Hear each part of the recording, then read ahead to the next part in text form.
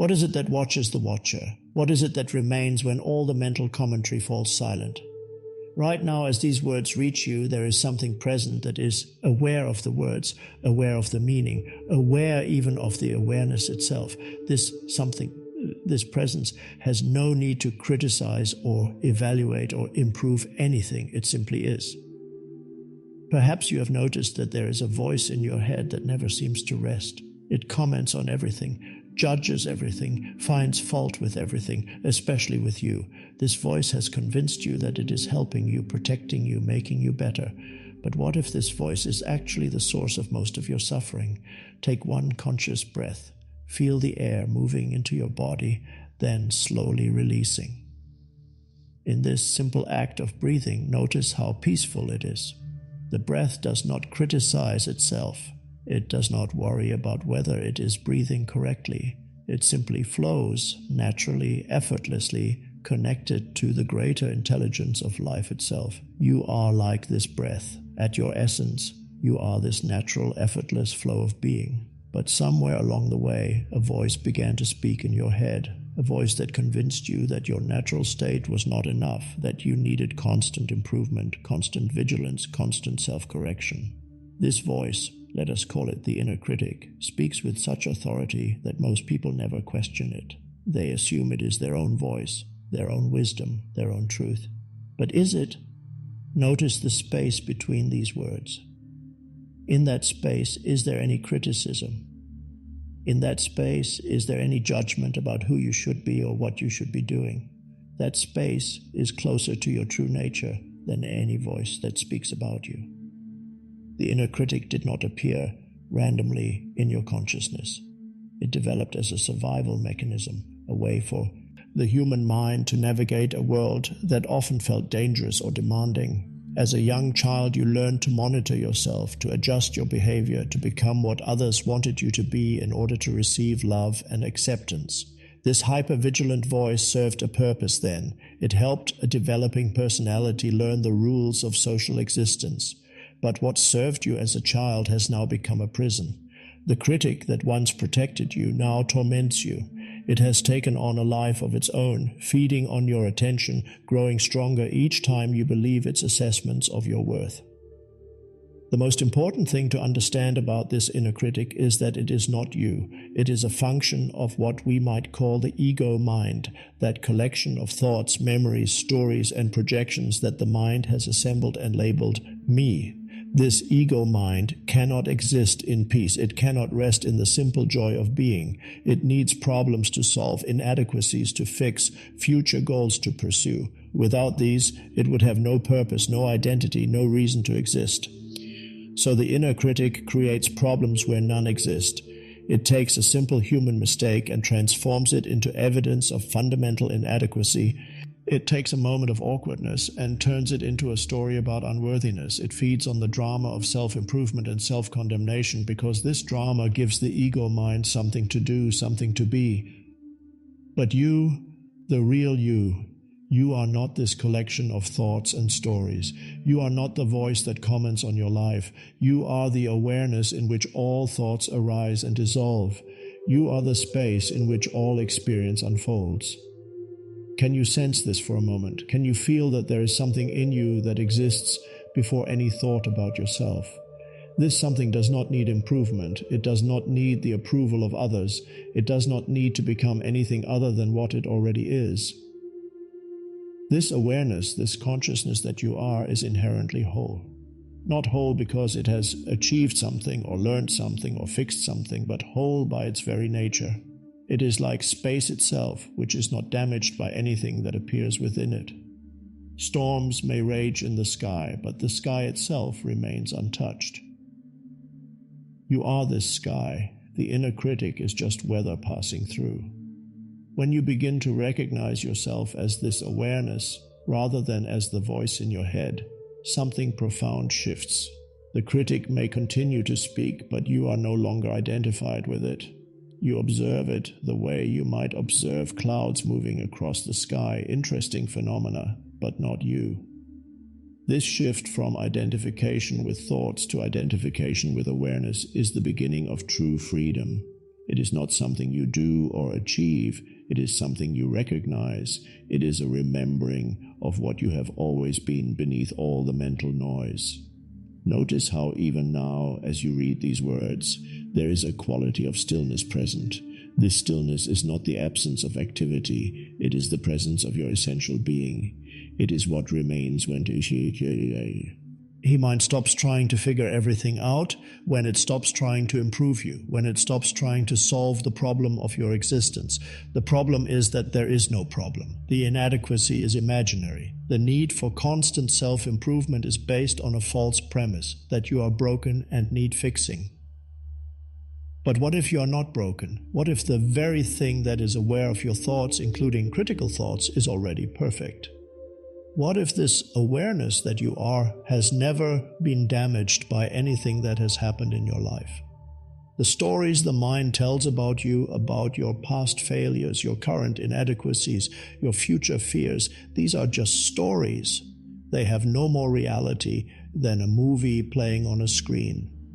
You are not the movie. You are the screen on which all movies play. Take another conscious breath. Feel how the breath connects you to this moment, to the aliveness that you are. In this aliveness, in this presence, where is the criticism? Where is the voice that knows so much about what is wrong with you?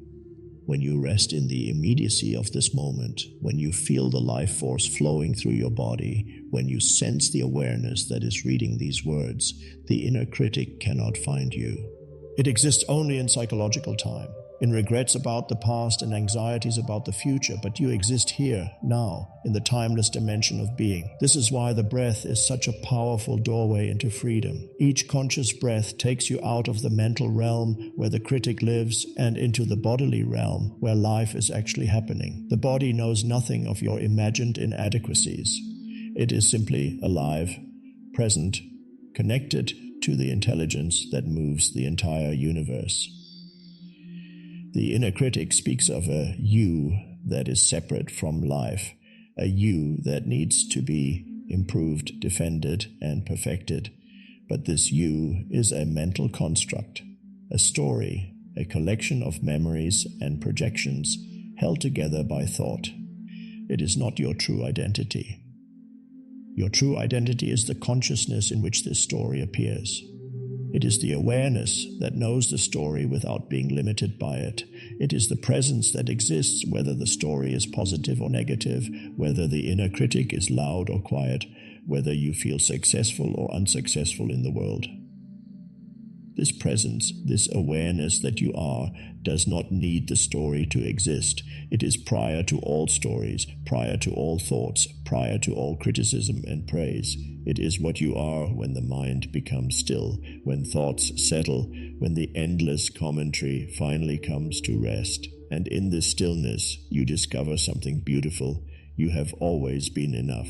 Not enough because you have achieved something or learned something or fixed something about yourself, but enough by the very nature of your being. You are enough because you exist. You are enough because consciousness is expressing itself as you in this moment. The inner critic convinced you that your natural state was inadequate, that you needed constant monitoring and improvement to be worthy of love and acceptance.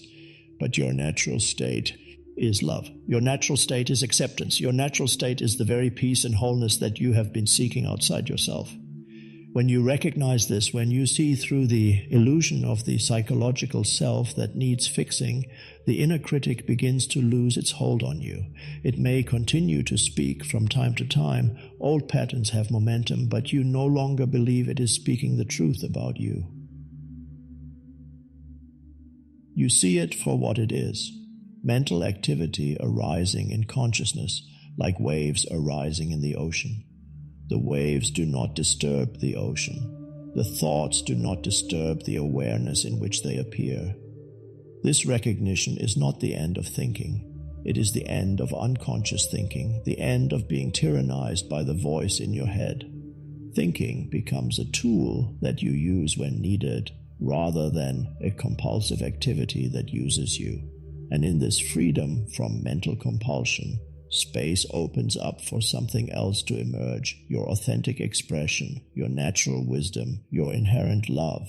These qualities do not need to be developed or achieved. They are already present, waiting to be uncovered beneath the layers of self-criticism and mental noise. Notice the stillness that is present even now. This stillness is not empty. It is full of potential, full of presence, full of the love that you are. Rest in this stillness. Let it permeate your being. Let it dissolve any remaining belief in the stories the mind tells about your inadequacy. You are not inadequate. You never have been. You never could be. You are consciousness itself, appearing in human form, expressing the infinite creativity and love of existence through the unique vessel that is your life. When you discover that you are not the voice of criticism, but the awareness that hears it, something extraordinary becomes available to you. This awareness is not neutral or detached, it is inherently loving, not loving in an emotional sense, though it may express itself through emotion, but loving in the deepest possible way. It accepts completely whatever appears within it. This is what I mean by loving awareness. It is not a practice or technique, though there are practices that can help you recognize it. It is your essential nature. It is what you are beneath all the layers of mental conditioning, beneath all the stories, beneath all the criticism and praise that the mind generates about you. Loving awareness does not try to fix or change what it observes. It does not push away difficult thoughts or cling to pleasant ones. It simply allows everything to be as it is, with complete acceptance. And in this allowing, in this unconditional embrace of what is, transformation happens naturally. The inner critic cannot survive in the presence of loving awareness. It feeds on resistance, on your belief in its assessments, on your attempts to fight it or fix what it says is wrong with you. But when you meet critical thoughts with loving awareness, when you neither resist them nor believe them, they begin to lose their compulsive quality. Imagine for a moment that you are the ocean, vast and deep and peaceful. Thoughts, including critical though. Teeth are like waves on the surface of this ocean. The waves may be large or small, calm or turbulent, but they do not disturb the depth of the ocean. The ocean embraces all waves equally, without preference, without judgment. This is how loving awareness relates to all mental activity. It is spacious enough to hold everything, every thought, every emotion, every sensation, without being disturbed by anything. And when you recognize yourself as this spaciousness rather than as the temporary movements within it, you discover an unshakable peace. Take a moment to sense this spaciousness in yourself. Notice that there is room in your awareness for whatever thoughts are present right now. You do not need to push them away or solve them or improve them. There is space for all of it, space for the critic and space for the awareness that observes the critic. This loving awareness is not something you create or achieve. It is what you are when you stop trying to be something else. It is what remains when you stop the exhausting effort to improve yourself, to fix yourself, to become more acceptable to the voice in your head. The beautiful paradox is that when you stop trying to change, transformation happens effortlessly. When you stop fighting with yourself, peace naturally arises. When you stop rejecting parts of your experience, wholeness reveals itself as your natural state. This is the alchemy of loving awareness, not changing what is, but changing your relationship to what is, not eliminating critical thoughts, but discovering that you are the space in which they appear and dissolve, not becoming perfect, but recognizing the perfection of what you already are. Notice how your breath flows right now. You do not have to make it happen. You do not have to control it or improve it. It simply flows, naturally, effortlessly, connecting you moment by moment to the source of life itself. The breath is perhaps the most intimate and immediate way to access the dimension of presence. Unlike thoughts, which can take you into past and future, the breath is always happening now. It exists only in this moment, and when you bring conscious attention to it, you naturally align with the present moment. But the breath is more than just a technique for becoming present. It is a bridge between the visible and the invisible, between form and formlessness, between your individual existence and the universal life force that animates all beings. When you breathe consciously, you are not just taking in air. You are communing with life itself. You are participating in the same rhythm that moves the tides, that causes flowers to bloom, that beats your heart without any effort on your part.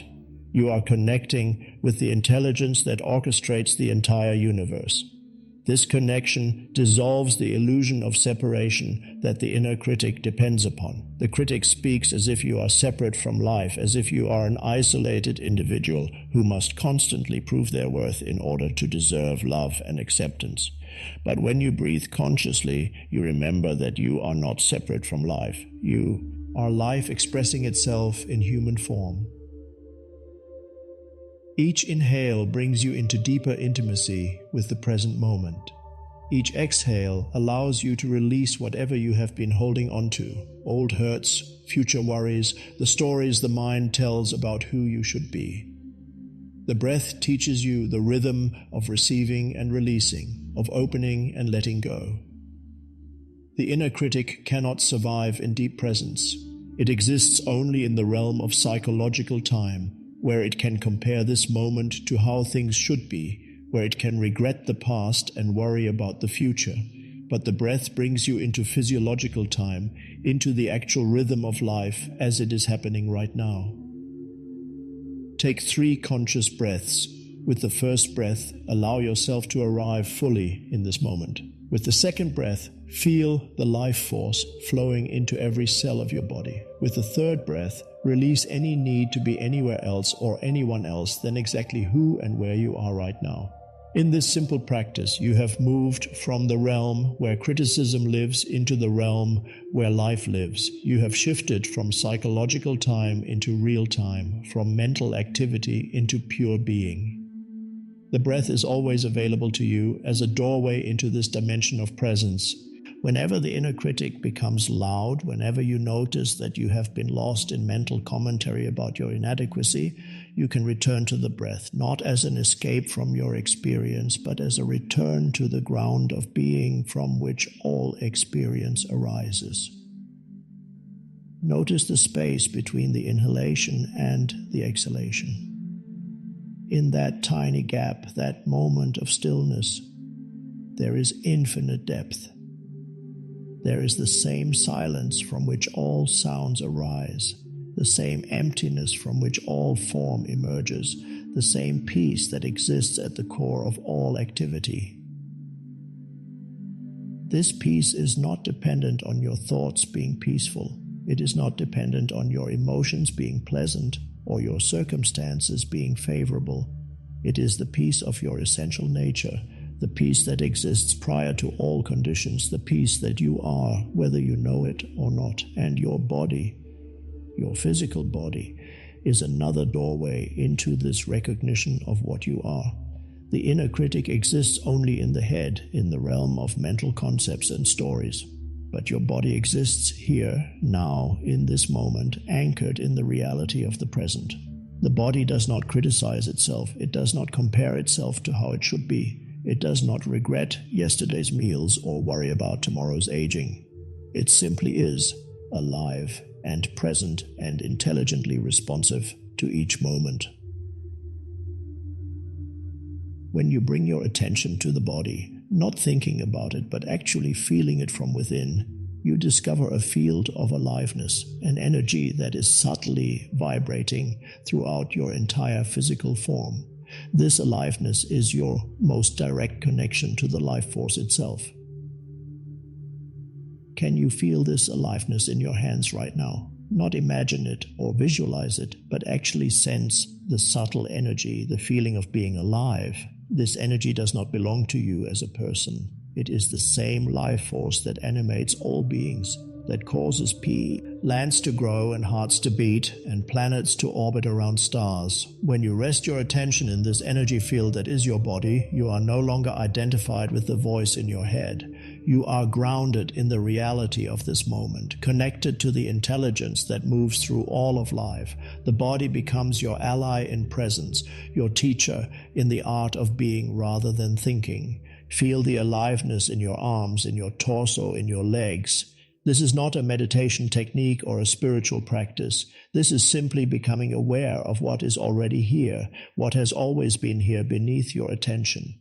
This aliveness does not need your approval or improvement. It is perfectly itself a manifestation of the creative intelligence of the universe. The more you rest in this bodily aliveness, the more the mental commentary begins to quiet down. The body has its own wisdom, its own way of being present that does not require the constant evaluation and judgment of the mind. In the body, you can simply be without having to justify your existence or prove your worth. This embodied presence becomes a sanctuary from the tyranny of mental activity. When the inner critic becomes loud, you can drop your attention from your head into your body, from thinking into feeling, from psychological time into the timeless dimension of pure aliveness. The body teaches you acceptance in the most fundamental way. It accepts whatever you eat, whatever you do, however you treat it. It does not hold grudges or keep scorecards. It simply continues to support your existence with unconditional dedication, breath after breath, heartbeat after heartbeat. This unconditional support that your body offers you is a reflection of the unconditional support that existence itself offers you. You do not have to earn your next breath. You do not have to prove that you deserve your heartbeat. Life gives itself to you freely, moment after moment, without asking for anything in return.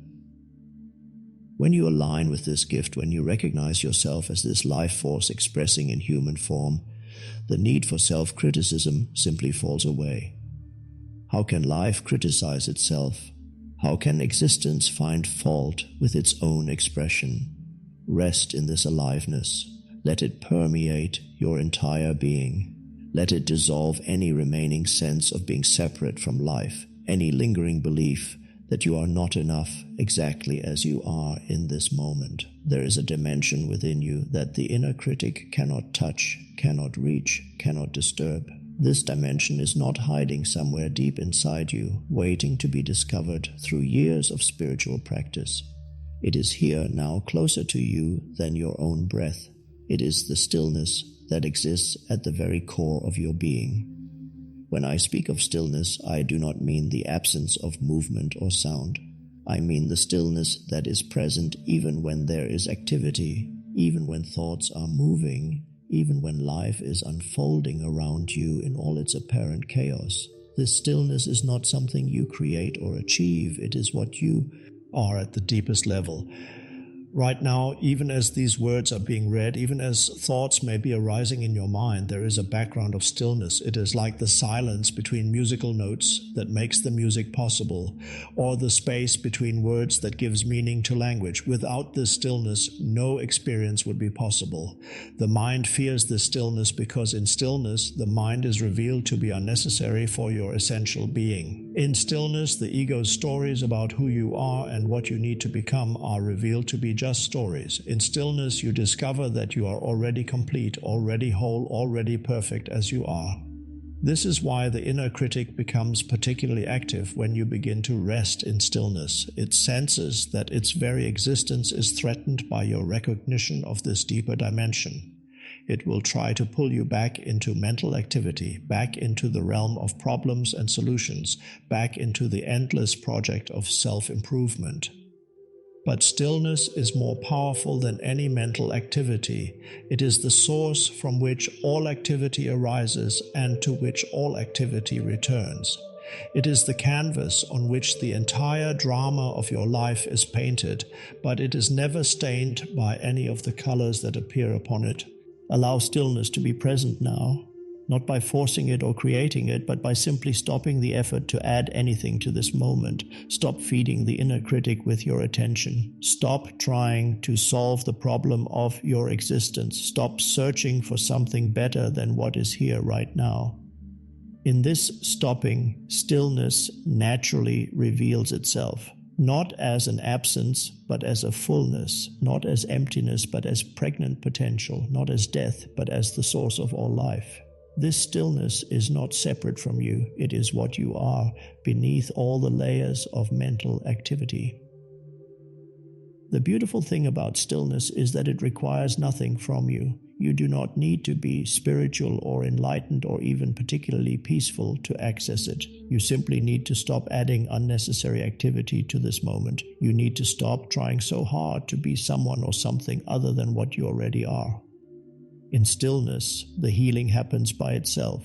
You do not heal by fixing what is wrong with you. You heal by recognizing that what you thought was wrong was only a story, a collection of thoughts that you mistook for reality.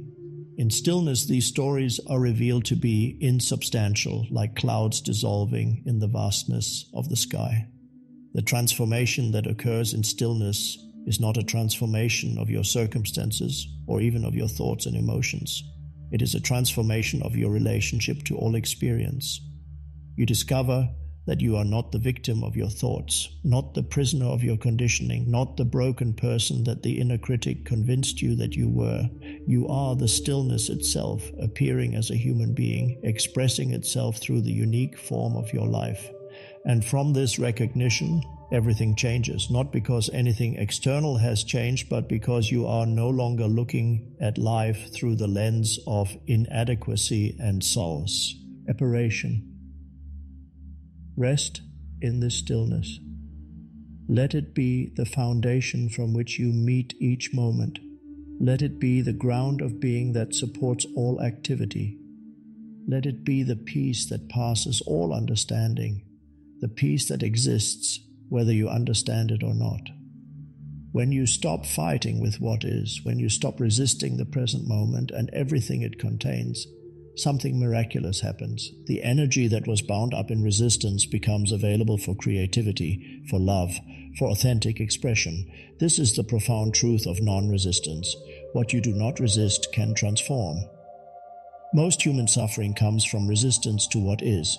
You resist critical thoughts, so they become more persistent. You resist difficult emotions, so they become more intense.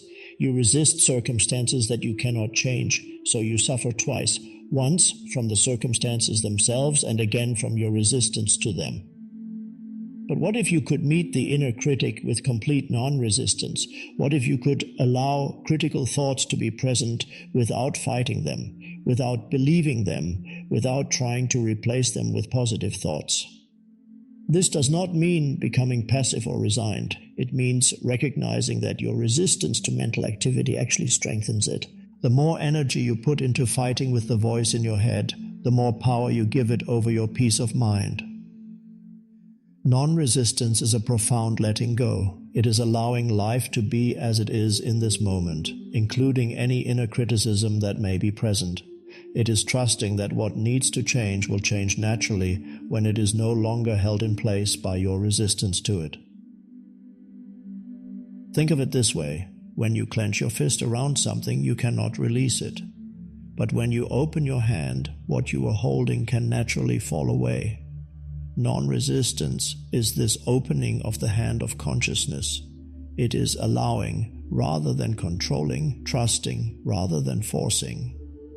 When critical thoughts arise, instead of fighting them or feeding them, you can simply let them be there. You are like the sky that allows all weather to pass through it without being disturbed. Storms may rage, but the sky itself remains vast and untouched. Notice that right now, you can allow these words to be here without resistance. You do not have to fight them or change them or improve them. They are simply arising in your awareness, and your awareness has infinite space for whatever appears within it.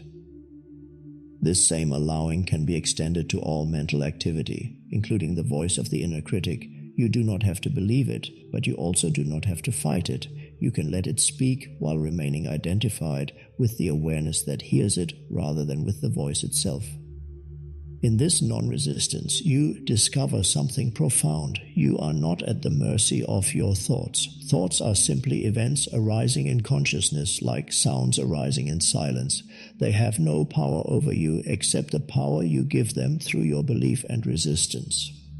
The energy that was once bound up in internal warfare becomes available for something far more beautiful, authentic living. When you are no longer at war with yourself, when you are no longer trying to fix or improve or perfect yourself, tremendous energy is freed up for genuine expression, for service, for love. This is how you begin to live from presence rather than from the ego's agenda of becoming someone better. You discover that you do not need to be different to be worthy of love. You do not need to achieve anything to be complete. You do not need to solve the problem of yourself because there never was a problem to begin with. From this recognition, your actions in the world become expressions of who you are rather than attempts to become who you think you should be. Your relationships transform because you are no longer relating from a place of neediness or defensiveness. You are relating from fullness, from presence, from the love that you are. Your work, whatever it may be, becomes an offering rather than a strategy for proving your worth. Your creativity flows from being rather than from the ego's desire for recognition and approval. Your very existence becomes a gift to the world, not because you have achieved something special, but because you have stopped pretending to be less than the magnificent being that you are. In daily life, this shift from resistance to acceptance, from becoming to being, transforms everything. The simplest activities, washing dishes, walking, listening to a friend, become opportunities for presence rather than obstacles to getting somewhere else. You begin to notice that the present moment is not a stepping stone to some better future moment. It is the only place where life actually exists, where love can be felt, where peace can be known. The future that the mind projects is always a fantasy, and the past that it remembers is no longer real. Only now is real, and when you align with this reality, you align with life itself. The inner critic may still arise from time to time. Old patterns of thought have momentum, and they may continue to appear even as your identification with them weakens. But now you know the secret. You are not your thoughts.